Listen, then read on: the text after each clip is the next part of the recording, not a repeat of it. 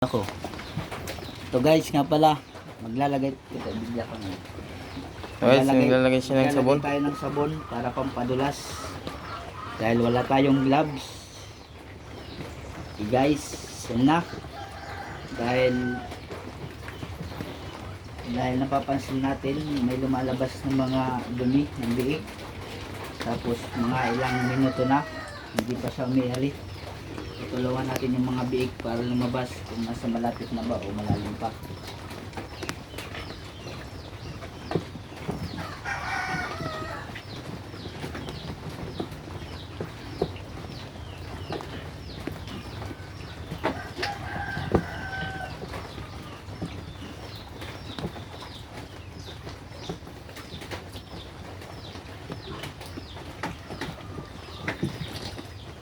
Ito na nga guys, ayan na Guys, yung nadukot natin kasi malaki kaya pala ayaw lumabas. nahihirapan siya. Hindi natin ginawa yun, baka na patay tumalik sa loob.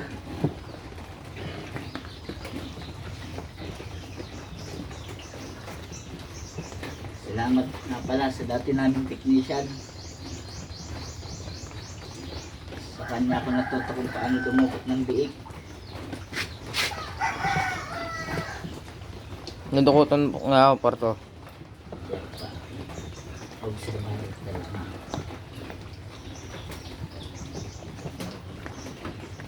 Guys, yan na.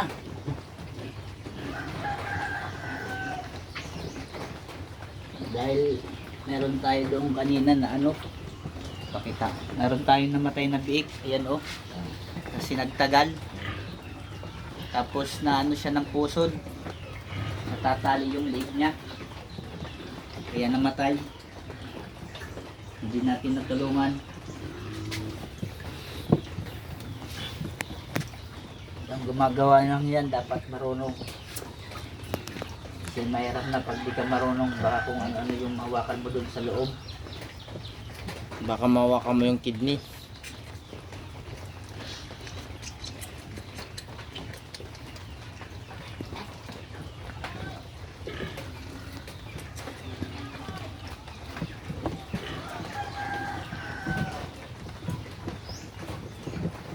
Dapat yung babalik yan, parto, sugat ka diyo.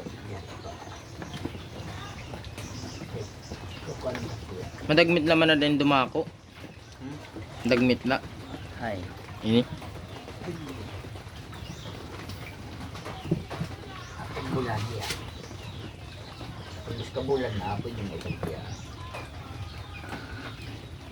Guys, tayo na. Balik parang na. Oh.